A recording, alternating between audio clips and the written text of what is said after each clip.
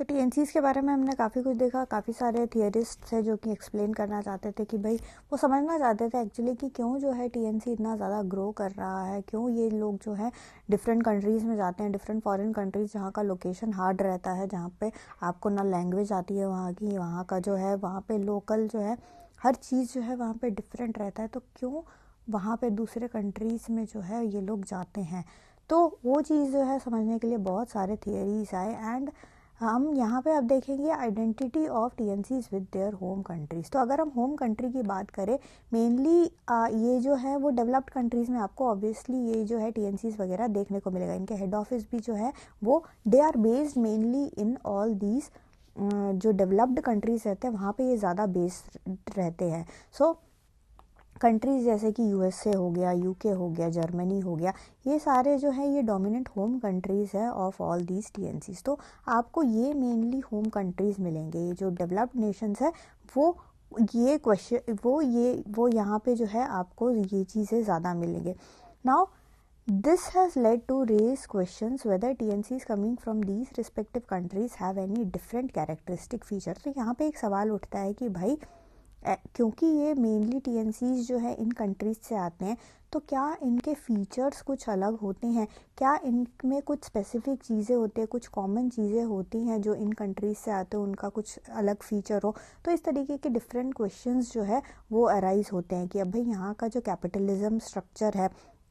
यहाँ का इन इकोनॉमीज़ का स्ट्रक्चर जो है, पॉलिटिकल स्ट्रक्चर जो है, नेचर जो है इन इकोनॉमीज़ का वो भी काफ़ी जो है डिफरेंट रहता है। तो काफ़ी सारे स्कॉलर्स हैं जो कैपिटलिज्म वाले स्कॉलर्स हैं, जो मैनेजमेंट वाले स्कॉलर्स हैं, वो जो है काफ़ी ज़्यादा जो है इनमें वो आर्ग्यू करते रहे टू एंड फ्रो कि भाई हाँ ये डिफरेंस हो सकता है, कुछ कहते हैं नहीं डिफरेंस हो सकता। तो ये चीज़ें समझने के लिए काफ़ी सारे स्कॉलर्स जो है अपने अपने व्यू पॉइंट्स जो है वो लेके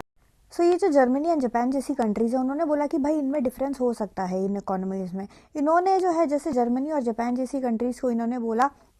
कि ये जो कंट्रीज़ है इनमें जो है कुछ सिमिलैरिटीज़ हैं एंड इनको हमने बोला कि कम्युनिटेरियन कैपिटलिज्म है। यहाँ पे जैसे कंट्रीज़ हो गया यूएसए, यूके, उन्होंने बोला कि यहाँ पे जो है इंडिविजुअलिस्टिक स्टाइल जो है वो ज़्यादा रहता है और कंपनीज़ जो होते हैं वो इन इकोनॉमीज़ में जब जाते हैं वो डिफरेंट स्टाइल्स जो है ऑफ डिफरेंट स्ट्रैटजीज़ जो है वो यूज़ करते हैं। जैसे कि अगर कम्युनिटेरियन कैपिटलिज्म में जाए जो तो वहाँ पे ऐसी कंट्रीज़ में जो फर्म्स हैं, जो भी टीएनसीज जाते हैं, they play a game and they term it as strategic conquest. जबकि वो जब इंडिविजुअलिस्टिक कैपिटलिज्म में जाते हैं जैसे यूएसए में हो गया, यूके में अगर वो जाते हैं तो वहाँ पे जो है कंज्यूमर इकोनॉमिक्स जो है वो यूज़ करते हैं, यानी कि कंज्यूमर सेंट्रिक जो है यहाँ पे हर चीज़ होता है। सो यहाँ पे ये लोग जो है इस तरीके से जो है अपना मैक्सिमाइज़ करते हैं अपना प्रॉफिट। यहाँ पे फोकस जो है consumer as well as employees आपका रहेगा। सो कंज्यूमर को फोकस करके, इंडिविजुअल को फोकस करके यहाँ सारा स्ट्रैटजीज बनते हैं जहाँ की यहाँ पे जो है एवरीथिंग इज़ बेस्ड ऑन कम्युनिटेरियनिज्म। सो यहाँ पे जो है इसलिए ये बोला जाता है कि इकोनॉमीज़ के हिसाब से, होम कंट्री के हिसाब से भी, अब जैसे होम कंट्री के हिसाब से वो लोग क्या करते हैं, उनका जो स्ट्रैटजीज जो है और उनका प्रॉफिट कमाने का तरीका जो है वो भी जो है चेंज होता रहता है। अब जापान जैसी कंट्री में जो एक और चीज़ देखी गई, जैसे जापान जैसी कंट्री में क्या होता है, वो लोग भी जो है एम्प्लॉयज़ को बहुत ज़्यादा फोकस में रखते हैं और कभी कभी बड़े बड़े कंपनीज़ होते हैं, अगर जैसे एक ऐसा सिचुएशन आ गया जब उनको जो है कंपनी जैसे प्रॉफिट और अगर वो अगर एम्प्लॉयज़ को अपने सैलरी नहीं दे पाए तो वो लोग क्या करते हैं कि अपने वेजेस वगैरह को, अपने प्रॉफिट को सेक्रीफाइस कर देते हैं to provide salary to their employees. तो ये इतना ज़्यादा फोकस करते हैं अपने एम्प्लॉयज़ को, ओके। जबकि यूएसए यूके कंट्री में बहुत ज़्यादा प्रॉफिट ओरिएंटेड वो लोग ज़्यादा वहाँ पे रहते हैं। तो यहाँ पे जो है डिफरेंस आपको देखने को मिलता है कि किस तरीके से जो है होम कंट्री बेस्ड, कि भाई आपका होम कंट्री किस हिसाब से है उस हिसाब से उनका स्ट्रेटजी और व्यू पॉइंट जो है उस तरीके से जो है उन लोगों का जो बनता चला जाता है और वही चीज़ जो है उनके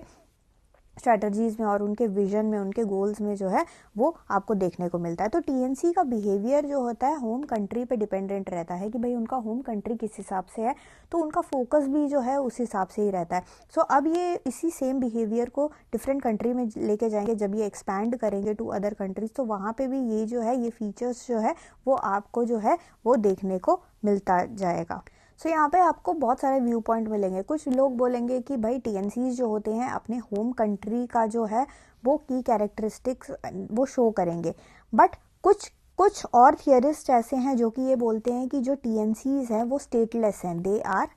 स्टेटलेस। मतलब कि स्टेटलेस का मतलब क्या है, क्योंकि ये जो है बहुत डिफरेंट कंट्रीज़ में जा रहे हैं, अपने आप को एस्टेब्लिश कर रहे हैं, तो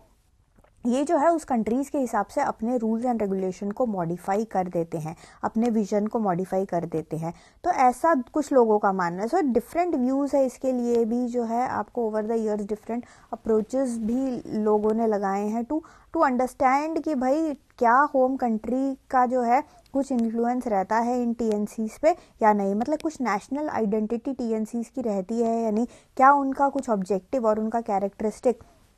और उनका जो कॉर्पोरेट बिहेवियर होता है, क्या कुछ ना कुछ कॉर्पोरेट बिहेवियर आपको हर कागर जापान में उसका हेड ऑफिस है, तो सेम नेचर सेम जो है आपको सेम नेचर जो है